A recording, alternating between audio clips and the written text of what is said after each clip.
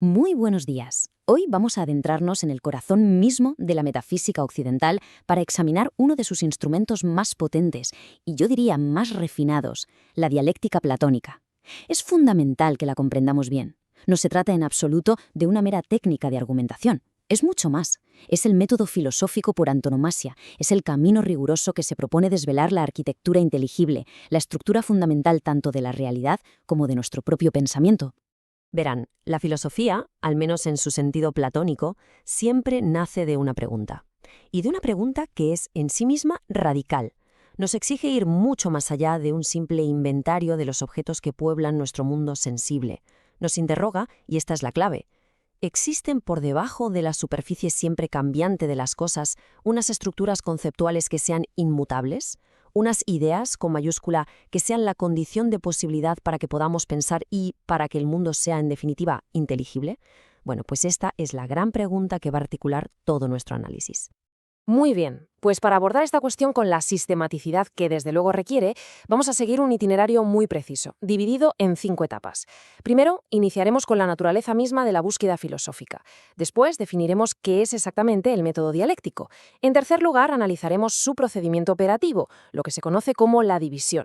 Luego identificaremos el objetivo último de este ascenso, que son los géneros supremos. Y ya para terminar, expondremos la función de estos como principios de todo conocimiento posible.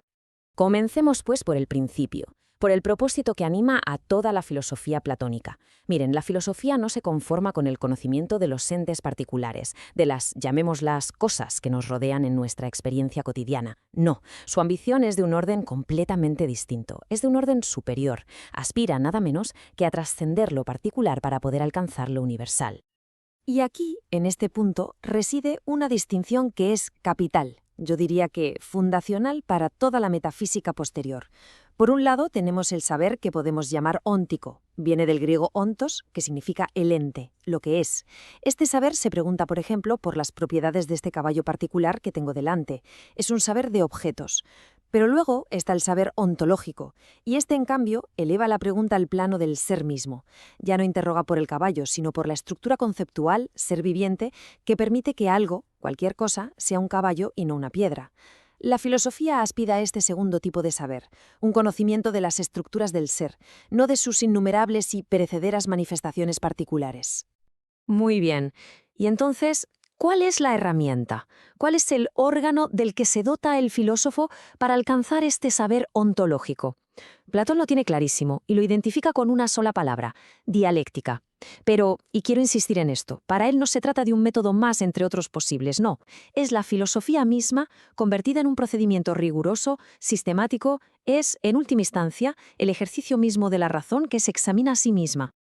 La dialéctica es, por tanto, podríamos decir que es el procedimiento diseñado para hacer explícita esa gramática profunda del pensar, una gramática que todos, absolutamente todos, utilizamos de forma implícita e inadvertida.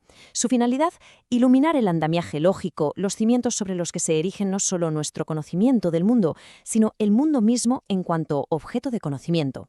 Es el arte de hacer que el alma recuerde esas estructuras que, según Platón, ya conoce. Claro, este método no opera en el vacío. Se articula a través de un procedimiento lógico muy concreto que los griegos denominaron diairesis. Viene del verbo que significa dividir o discernir. Y Platón, para explicarlo, usa una metáfora fantástica. Lo describe como el arte del buen carnicero. ¿Por qué? Porque es aquel que sabe cortar la realidad por sus articulaciones naturales, sin quebrar un solo hueso. Es un corte limpio, preciso, lógico. La mecánica de este método es en realidad un doble movimiento, uno de ascenso y otro de descenso. ¿Cómo funciona? Pues miren, primero se unifican las particularidades bajo una categoría conceptual muy amplia, lo que llamamos un género, y a continuación se procede a seccionar lógicamente ese género.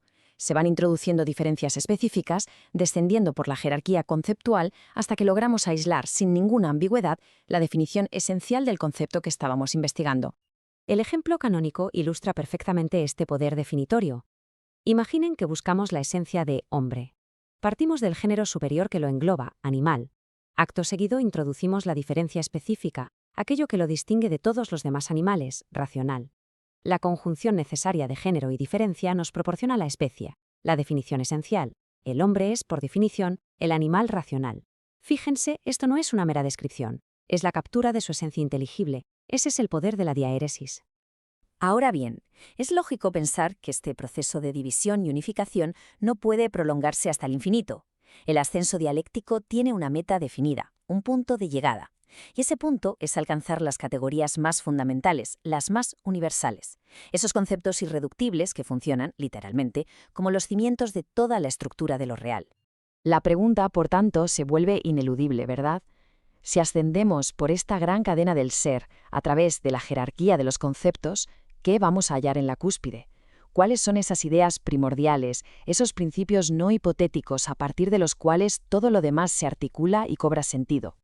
Bueno, pues en uno de sus diálogos de madurez, en El Sofista, Platón nos ofrece una respuesta. Identifica 5 de estos géneros supremos: existencia, movimiento, reposo, mismidad o identidad y diferencia. Pero ojo, no son meros conceptos, son las condiciones de posibilidad de cualquier predicación. Piénsenlo. Para que algo sea, debe participar de la existencia. Para poder ser pensado, debe tener una identidad, una mismidad, que lo distinga de lo que no es, la diferencia. Y además debe encontrarse o bien en movimiento o bien en reposo. Son los auténticos pilares conceptuales de la realidad. Y con esto llegamos a la última parte. Concluyamos, pues, analizando la función capital que Platón atribuye a estos géneros, porque, insisto, no son el resultado de un mero ejercicio intelectual de clasificación, no es una taxonomía, son los principios mismos del conocimiento, son las condiciones que hacen posible la inteligibilidad del mundo. Y aquí está lo verdaderamente profundo de todo esto. Cualquier acto de discernimiento, por simple que parezca, ya los presupone. Pensemos en algo cotidiano, distinguir esta mesa de esta silla. Nuestra mente no solo procesa datos sensibles, está aplicando de manera totalmente inconsciente las nociones universales de existencia, ambas cosas son, mismidad, cada una es idéntica a sí misma, y diferencia, una no es la otra. Operan constantemente como la sintaxis misma de nuestra razón. Para situar esta aportación en su contexto histórico, es útil señalar que estos géneros supremos de Platón son el antecedente directo de lo que su discípulo más brillante, Aristóteles, desarrollaría más tarde como su doctrina de las categorías. Hay una diferencia fundamental, eso sí. Para Platón, estos son principios trascendentes, mientras que para Aristóteles serán formas inmanentes de predicación del ser. Pero a pesar de la diferencia, ambos buscan el mismo objetivo: identificar las estructuras lógicas fundamentales de la realidad. Su función, por tanto, es triple y además es jerárquica. En primer lugar, son los principios que otorgan orden e inteligibilidad a las cosas sensibles. En segundo lugar, y como consecuencia de lo anterior, operan como criterios para el juicio ético. Solo se puede discernir lo justo de lo injusto desde un conocimiento de sus esencias. Y finalmente, en la cúspide, son ellos, los géneros, las ideas, y no los objetos físicos, siempre cambiantes, los únicos y verdaderos objetos de un conocimiento estable y necesario, la episteme. Y esta cita nos conduce directamente a la célebre y a menudo mal interpretada tesis platónica. Cuando Platón afirma que las ideas son los objetos del conocimiento verdadero, se está refiriendo precisamente a esta estructura conceptual y, en última instancia, a estos géneros supremos. El conocimiento real, la ciencia, no trata sobre el caballo particular que vemos y que un día morirá, sino sobre la estructura inteligible y eterna que hace posible que ese animal sea precisamente un caballo.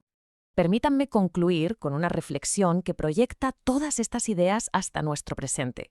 Si la existencia, la diferencia, la mismidad son, como hemos visto, el fundamento lógico de todo juicio, ¿hasta qué punto la falta de claridad sobre estas nociones tan fundamentales contamina hoy nuestros debates públicos, nuestros dilemas éticos, incluso nuestra propia construcción del saber científico? La pregunta por los fundamentos, como pueden apreciar, lejos de ser una antigüedad, sigue plenamente vigente y es, me atrevería a decir, más urgente que nunca.